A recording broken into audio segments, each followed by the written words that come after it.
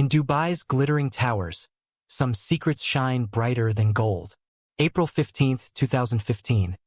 A date that would transform Dubai's luxury property scene into a crime scene. In Marina Heights Penthouse 47, where construction cranes built toward Expo 2020 dreams, David Kessler was about to discover that some betrayals echo across continents. The iPhone 6 era had made affairs harder to hide. Instagram revealed too much truth, and WhatsApp groups spread secrets faster than desert wind. What started as a German businessman's calculated infidelity would end with HIV revenge, murder, and an international scandal that would destroy 3 families across 4 countries. Sometimes the most dangerous enemies sleep in your own bee. David Kessler adjusted his Hermes tie at 6:30 a.m., the same ritual that had started every morning for the past 9 years in Dubai. At 48, he embodied the perfect fusion of German efficiency and Dubai excess, silver hairstyle to perfection, Armani suits that cost more than most people's monthly salary, and the kind of confident smile that had convinced investors to trust him with their millions. Twice. The story of David's Dubai journey read like the city's own biography. He had arrived in 2006 with €2 million and boundless ambition, riding the first property boom when apartments doubled in value before the paint dried. Those were the golden years when Russian oligarchs bought penthouses like jewelry and oil princes treated skyscrapers like monopoly properties. David built his first fortune during those intoxicating months when success felt inevitable and failure seemed impossible. Then 2008 struck like a financial earthquake. David watched his empire collapse in real time, property values cratering, investors vanishing overnight, half-finished towers standing empty like concrete graveyards. He lost everything.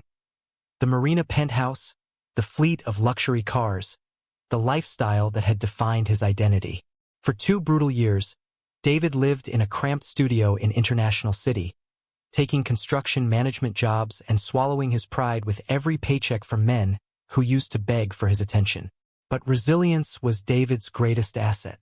By 2012, he had methodically rebuilt Kessler Properties, this time targeting the expanding middle market. His developments focused on 3-bedroom townhouses for British accountants, family compounds for German engineers, and modern apartments for American marketing executives, the professional expatriates who formed Dubai's economic backbone. He learned to speak functional Arabic, understand local business customs, and navigate the complex web of relationships that determine success in the UAE. David's 2015 lifestyle reflected this evolution perfectly. His BlackBerry handled serious business communications with German precision, while his iPhone 6 managed his carefully curated personal image. His Instagram account showcased professional success, groundbreaking ceremonies, luxury car deliveries, business dinner handshakes, crafting the narrative of a man who had conquered Dubai twice. LinkedIn connected him to regional development networks, while WhatsApp provided what he believed was secure communication for more sensitive conversations. The Porsche Cayenne in his private parking space represented practical luxury, impressive enough for client meetings, functional enough for site visits, expensive enough to maintain his reputation. His morning routine started at the newly opened Fitness First in Marina Walk, followed by Arabic coffee meetings with Emirati business partners, then office hours at Emirates Towers where Kessler Properties occupied a prestigious corner suite. Evenings meant client dinners at Zuma or Nobu, where deals were sealed and relationships cultivated over Wagyu beef and premium sake. David spoke Arabic well enough to negotiate contracts and charm local partners, but his real skill lay in reading people. 9 years in Dubai had taught him to navigate between German directness and Middle Eastern diplomacy, to understand when a handshake meant yes and when it meant maybe, to distinguish between genuine business opportunities and elaborate time-wasting exercises. What his business associates didn't know was that David had perfected the art of compartmentalization. His professional Instagram showed conference handshakes and ribbon cuttings. His WhatsApp contacts were organized into careful categories: business, family, and a special folder he kept hidden from casual observation. David had convinced himself that his technological sophistication made him untouchable, that multiple devices and encrypted messaging meant his secrets stayed secret. His reputation in Dubai's German expatriate community was flawless, the man who had survived the crash and rebuilt bigger than before. At networking events, younger entrepreneurs sought his advice about property investment and business development. David enjoyed playing the mentor role, sharing carefully edited stories about his journey from collapse to comeback, always emphasizing the importance of patience, persistence, and calculated risk-taking. But success had created an unexpected problem: boredom. After 9 years of building, surviving, and rebuilding, David found himself restless in ways that business achievement couldn't satisfy. The thrill of closing deals had become routine, the satisfaction of profit margins had grown predictable, and the respect of his peers felt insufficient. David had begun seeking excitement in places that his carefully constructed professional image couldn't accommodate, using his technological advantages to explore opportunities that existed in the shadows of his public success.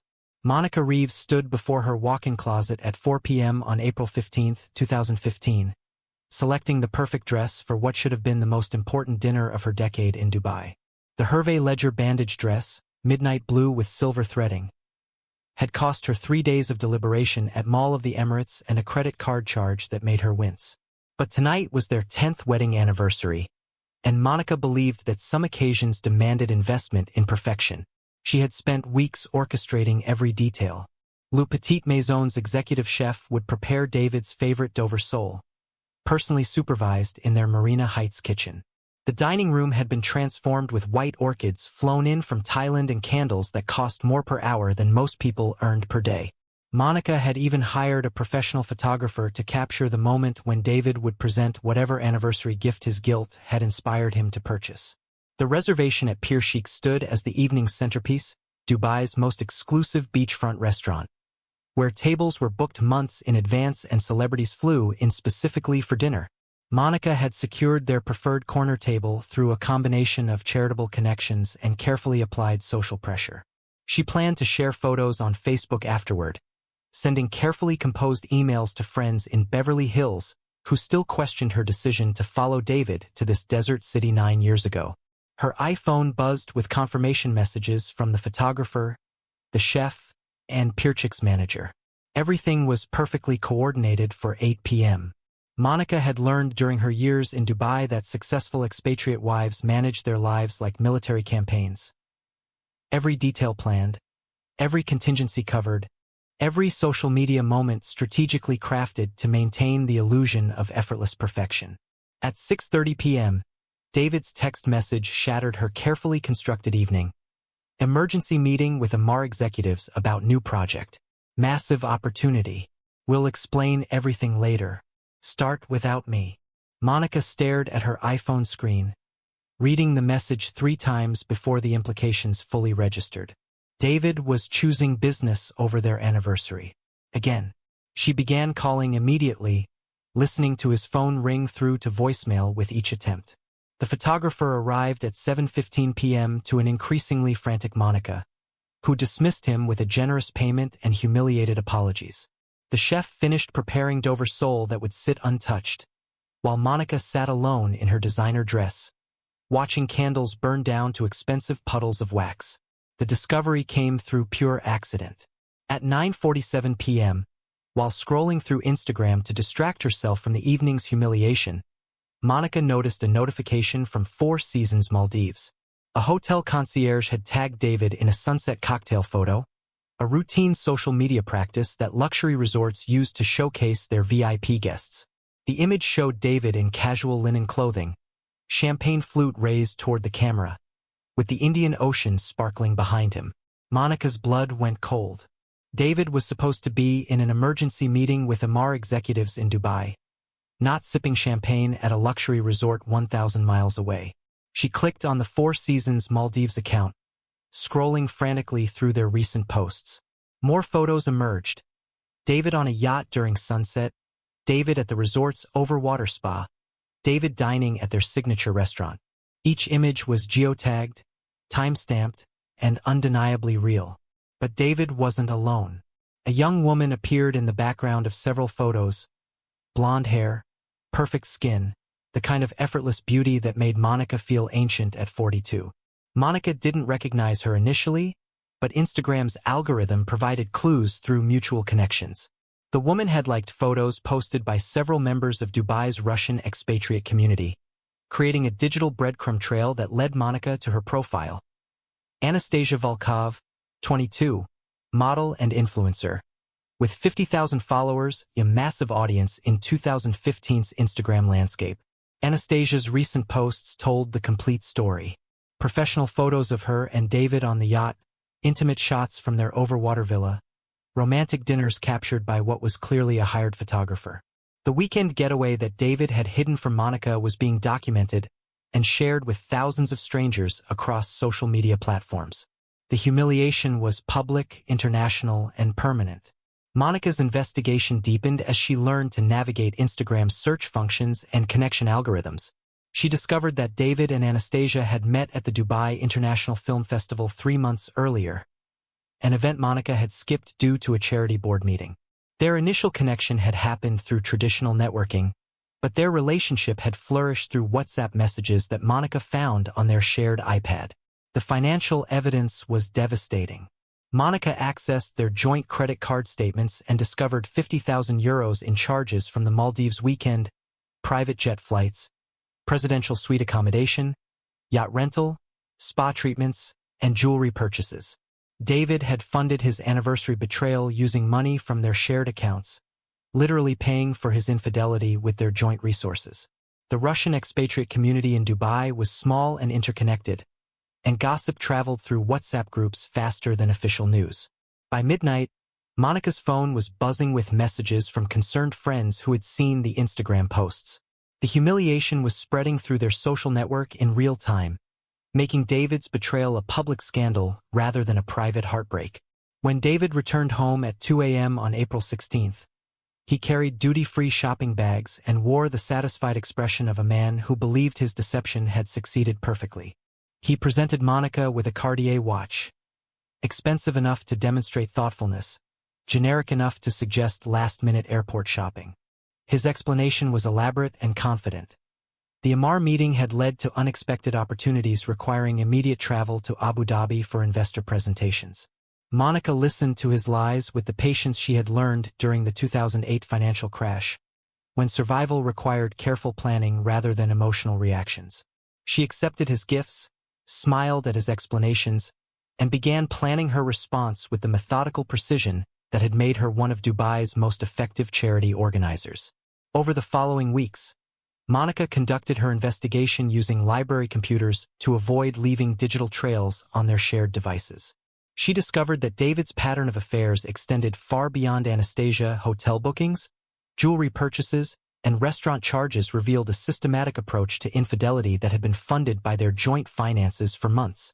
A consultation with Dubai's top divorce attorney delivered devastating news.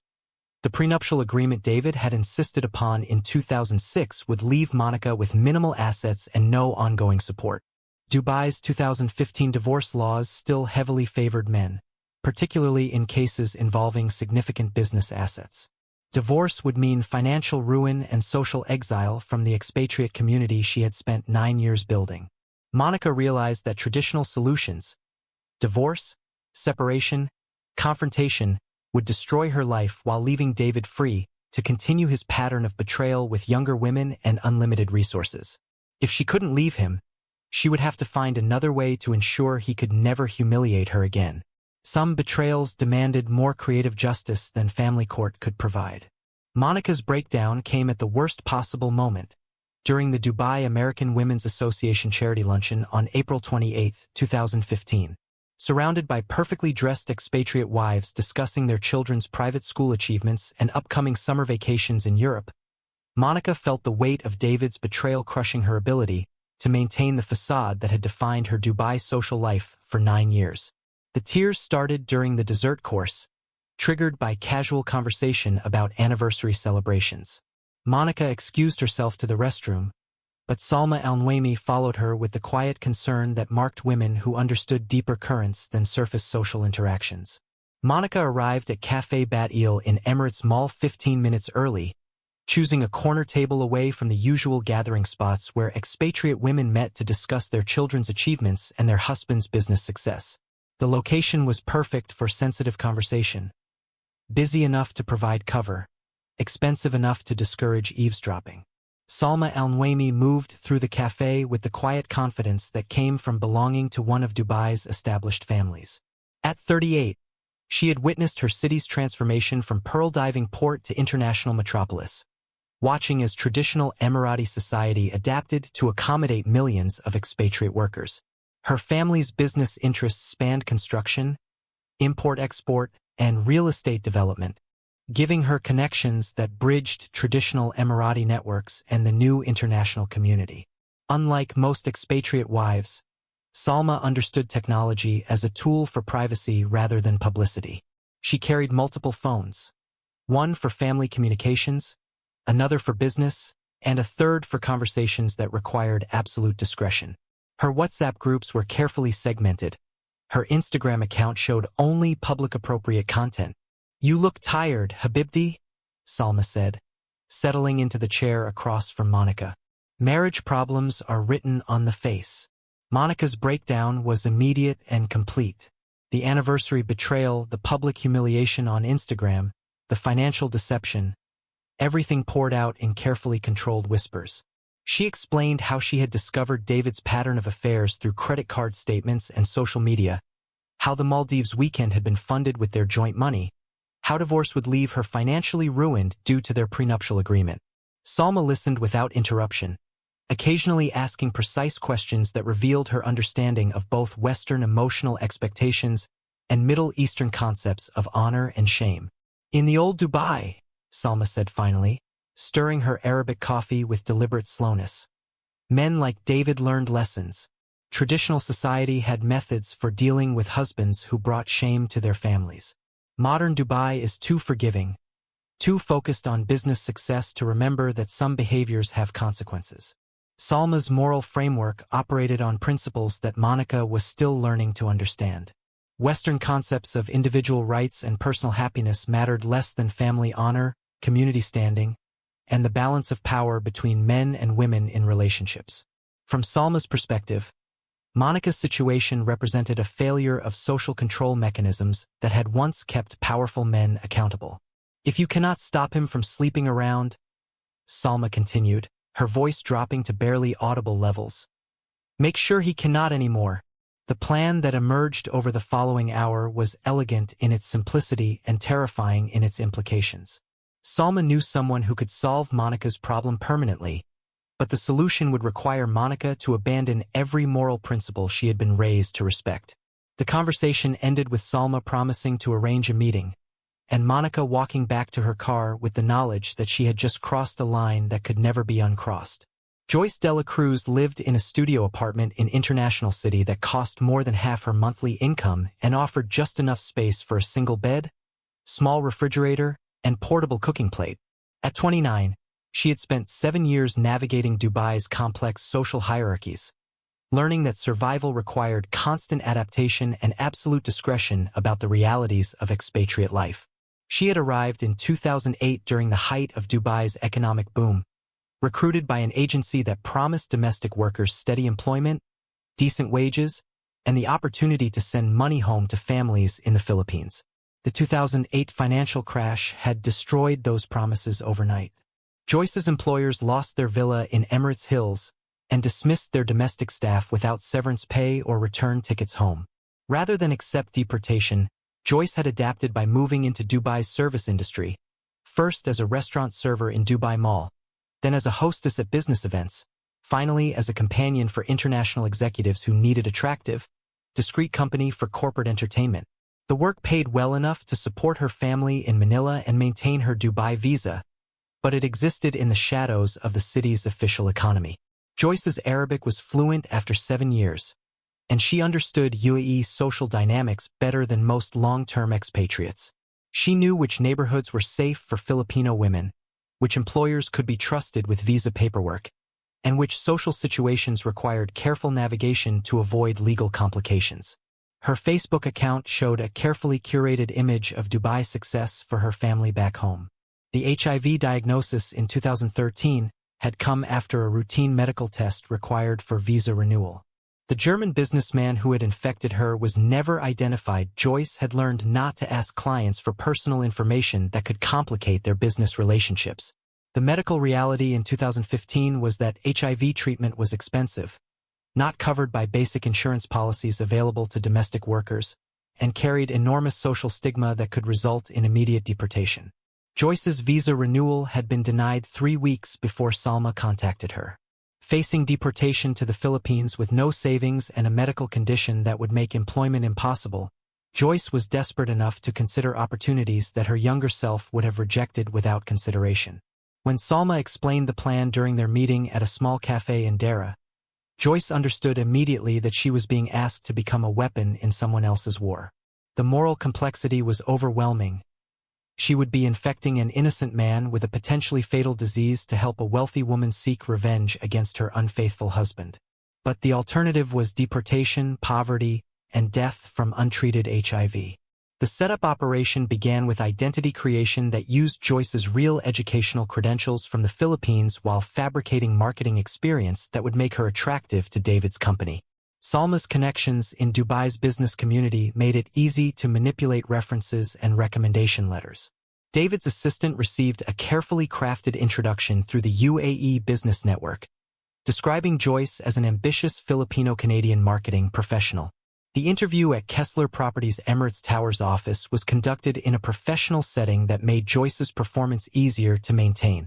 She played the role of an ambitious immigrant seeking legitimate career advancement, impressing David with her knowledge of Dubai's property market and her understanding of international business practices. The 2015 workplace was still transitional between traditional and digital systems, making it easier to manipulate hiring processes. Monica maintained her perfect wife facade throughout the operation, attending charity events and social gatherings, while coordinating the conspiracy through Salma's secure communication channels. The timeline was crucial. Joyce needed to establish a relationship with David before his annual executive physical exam in December. By the end of May 2015, Joyce Dela Cruz had begun working as a marketing intern at Kessler Properties, and Monica Reeves was watching her husband take the first steps toward his own destruction. Joyce Dela Cruz had been working at Kessler Properties for 2 weeks when David Kessler finally began to notice her in ways that went beyond professional courtesy. Her marketing insights about targeting Dubai's Filipino community had impressed the entire team, but David found himself lingering by her desk, asking questions that extended far beyond business necessity. "You understand this market better than consultants we've paid thousands," David said during their first after-hours meeting in mid-June. "Where did you really learn to read Dubai's demographics so precisely?" Joyce maintained her fabricated backstory while allowing glimpses of vulnerability that made David feel protective. She spoke of visa struggles, cultural adaptation challenges, the constant pressure of proving herself in a competitive expatriate environment. David recognized the immigrant hustle because he had lived it himself during the 2008 crash. Their relationship developed with professional legitimacy that made the personal attraction feel natural rather than predatory. Joyce genuinely contributed to major deals, her cultural insights helping secure contracts with Filipino business associations. David began including her in client dinners, property site visits, strategy meetings that justified their increased time together. The first physical contact happened in late June during a celebration dinner after closing a major development deal. David's gratitude was professional until Joyce leaned closer to review contract details, their hands touching over the paperwork. Neither pulled away immediately. The kiss that followed felt inevitable rather than planned, though Joyce knew it represented the moment when Salma's conspiracy became irreversible reality. Their affair developed with careful discretion. David booked hotel rooms under his personal accounts, avoided public displays that could reach Monica or business associates, and maintained absolute separation between their professional and personal interactions. Joyce played her role perfectly, ambitious enough to justify David's professional interest, vulnerable enough to trigger his protective instincts. The sexual relationship began in July at the Four Seasons DIFC, in a suite that cost more than Joyce's monthly salary. Her performance required balancing genuine physical response with terrible knowledge that every intimate moment potentially transmitted the virus that would destroy David's life. The medical reality was merciless. Joyce's untreated HIV status made her highly contagious, and repeated encounters over months significantly increased transmission probability. Monica tracked the affair through credit card statements and behavioral changes. Hotel charges appeared with suspicious frequency, jewelry purchases that never reached home, restaurant bills for elaborate dinners during supposed business meetings. David's evening phone calls became secretive, his weekend commitments increasingly elaborate and unverifiable. By September, David was emotionally invested in ways that surprised him. Unlike previous affairs that had been purely physical conquests, Joyce seemed genuinely interested in his business success, asked thoughtful questions about expansion plans, offered insights that improved company performance. David began considering permanent changes, perhaps promoting Joyce to marketing manager, certainly integrating her into long-term business planning. Joyce's internal conflict intensified as the affair continued. David treated her with genuine respect, sought her professional opinions, demonstrated none of the casual exploitation she had experienced in Dubai's underground economy. Under different circumstances, she might have enjoyed the relationship with this successful, intelligent man who valued her contributions. Instead, every tender moment carried the weight of impending destruction. The timeline pressure was constant. David's annual executive physical examination was scheduled for December, when routine blood tests would reveal any changes to his health status. Joyce had to establish sufficient intimate contact to ensure transmission while maintaining the professional relationship that justified their time together. Monica's surveillance became more sophisticated as months passed. She learned to track David's location through shared calendar applications, monitor his credit card usage through online banking, identify patterns in his behavior that revealed the affair's progression. The evidence was overwhelming, but Monica waited patiently for Salma's plan to reach its inevitable conclusion. David's symptoms appeared in late October, subtle fatigue that he attributed to work stress, minor fevers that seemed like seasonal allergies, weight loss that he explained through increased gym attendance. Joyce watched his health decline with growing horror, understanding that her body had become the weapon that was slowly destroying him. The diagnosis came on November 18, 2015, during routine blood work at a private clinic in Dubai Healthcare City. Dr. Ahmed Rahman delivered the results with clinical precision that couldn't soften their devastating impact. HIV positive, with viral load indicating recent infection within the past 6 months. David sat in the sterile medical office, staring at test results that destroyed his future in minutes. The timeline calculation was immediate and obvious. Joyce was his only new sexual partner during the relevant period. The woman he had begun to love, the employee he had trusted with business secrets, the person who had made him feel genuinely connected for the first time in years, had deliberately infected him with a potentially fatal disease. The drive to Joyce's International City apartment took 30 minutes through Dubai traffic, 30 minutes for David's shock to transform into murderous rage. He found her preparing dinner in her tiny kitchen, still playing the role of ambitious young professional building her Dubai career. "When?" David asked, holding up the medical report with hands that shook with fury. "When were you going to tell me you're HIV positive?" Joyce's breakdown was immediate and complete. Under David's relentless interrogation, she revealed Monica's involvement, Salma's coordination, the elaborate conspiracy that had targeted him for revenge. David learned that his wife had orchestrated his infection as punishment for the anniversary betrayal, using a desperate Filipino woman as her weapon of choice. The final betrayal cut deeper than HIV diagnosis, knowing that Monica had planned his destruction with methodical precision while maintaining perfect facade of supportive wife. David drove home through Dubai's midnight traffic, his rage building toward an explosion that would transform revenge into murder, conspiracy into international tragedy. Some secrets destroy everything they touch, but the most dangerous ones destroy the people who create them. David's drive from International City to Marina Heights took 45 minutes through Dubai's evening traffic, 45 minutes for his rage to transform from shock into murderous fury.